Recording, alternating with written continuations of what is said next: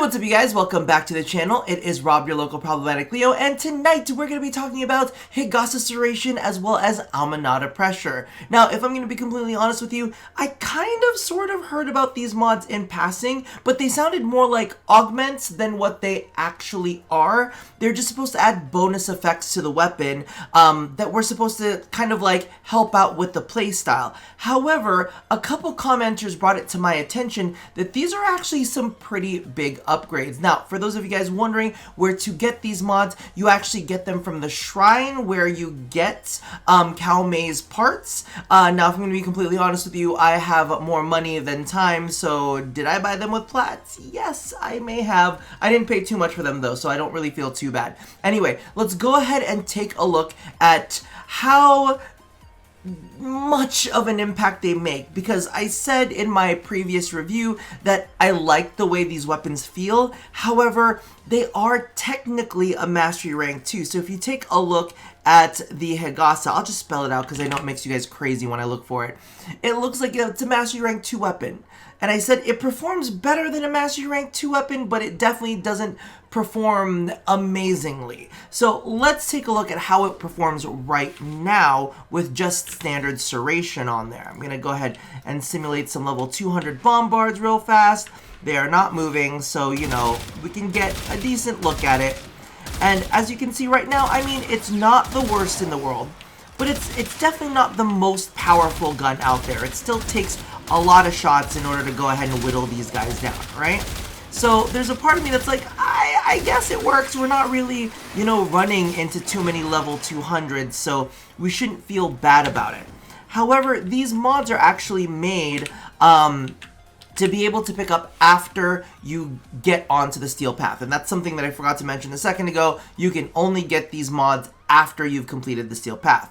Now, I guess Pablo had posted it up in a tweet and stated that, you know, they wanted a weapon or a set of weapons that you guys could use on the star chart as you progress through. However, when you moved into the steel path, he wanted you to have something that would actually bump it up quite a bit. And when I saw this, I was like, are you kidding me? So right now, with just standard Serration, we have 165 plus damage, right? So when we take a look at the Higame Serration, it is 450% damage. 450% damage. Now, of course, that does take the place of Serration, but it also adds a bonus effect to the alternate fire, which there's a part of me that's like, really, you buried the lead. Because when they described this, they led with, oh, it adds a bonus effect to, you know, the alternate fire, which gives a different, you know, status effect. And I'm like, who gives a fuck? I don't really care about any of that. However, now, if we take a look at the way this weapon performs, I was like, are you kidding? Is this a joke? Because legitimately, this might just be one of my favorite weapons out there. Like, we literally just towed down that line so quickly. It's just so nasty now, and I just like, I'm like, okay. So, I kind of really like this.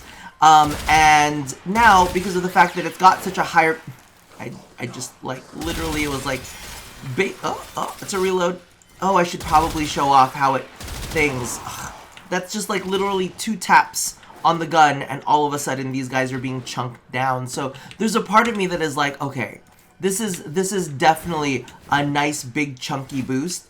It's not just, you know, sitting there. See, look at that. And I got a little punch through in there too. So it's killing one while it's getting the other in the back. Oh, it just feels so nice. I like it a lot. So now we have, you know, the full frontal protection from the bombards. Let's unpause them so you guys can see that one more time if you guys didn't see it earlier. I did unpause, right? Oh, there you go. See, look at that. Look at that. We have the full frontal just protection from all of these rat bastards.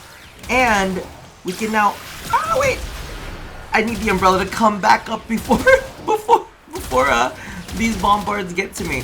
But yeah, it's just, oh my god, it just feels so nice. It feels so nice because the weapon itself feels like, how do I put this? The weapon itself feels like a very, like, basic weapon. but like a very strong basic weapon.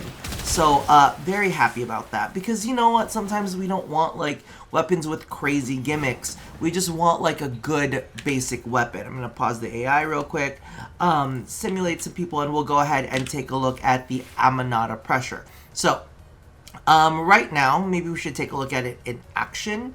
I don't know. Do we need to take a look at it in action? Because it just takes too long to try to kill things. Let's go ahead and do this. I just slapped Carnus Mandible in there just because I didn't level it all the way. But Prime Pressure Point is 165 damage. The Amanata Pressure is 330. Are you kidding me? Okay, let's do a couple, you know, little slashes with it before we actually go ahead and do pull out the big guns for it. Right? You can see that like it's not great. It's not great. It's not bad. But it's also like not great, right? It doesn't feel great. So let's go ahead. We're gonna kill those enemies just so that we can start fresh. And then we'll go back in and have a new batch for the Amanata Pressure. I was just kind of like shocked, and you know what? I think that it's actually very well thought out. There's also a lower what do you call this, mod cost to them, so that's an even bigger bonus for your builds. But no, I feel like it's really smart if that's their intent for this weapon, is to kind of like be able to show off, to be able to show off how you can take a weapon that is very basic and then kind of like move it into something that is far more powerful, you know? I don't know. I really enjoy them, if I'm going to be completely honest with you. And I value them far more because you can actually use them for higher level missions and you don't feel so impaired, and you get cool things like cool effects and whatnot too. So the effect on this, by the way, is anytime you're over 8 times melee combo counter, you actually get a like bonus status effect. I feel like that's just like, again, burying the lead. That's like, no, I don't think anybody actually cares that much for that little tiny effect, because it's not like it's just adds a random status effect, right? It's not like adding a stack, like a 10 stack of a random element. It's just kind of like, here's a little baby bonus. But regardless, that is all that I wanted to cover, mainly because of the fact that I knew I would get some comments about this if I didn't post about this. So I'm actually doing a little bit of a late video just to let you guys know. I'll also have this link down below on that video, but if you want to check out the original video where I talk about Higame, please go ahead and take a look at that as well. I will be doing fashion frame very soon, and I do need to point out that the fashion frame for this frame, okay, the lighting is terrible here. So this does not look like what it looks like in the orbiter and in game. It just looks like this here. And this is probably not like the finished effect anyway.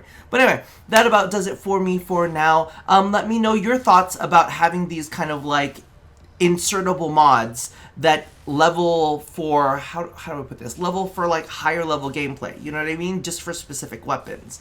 Regardless, that about does it for me for now. And as always, love somebody, hurt nobody, and touch your body. I got so much more to cover, so I will see you guys next time. Bye-bye.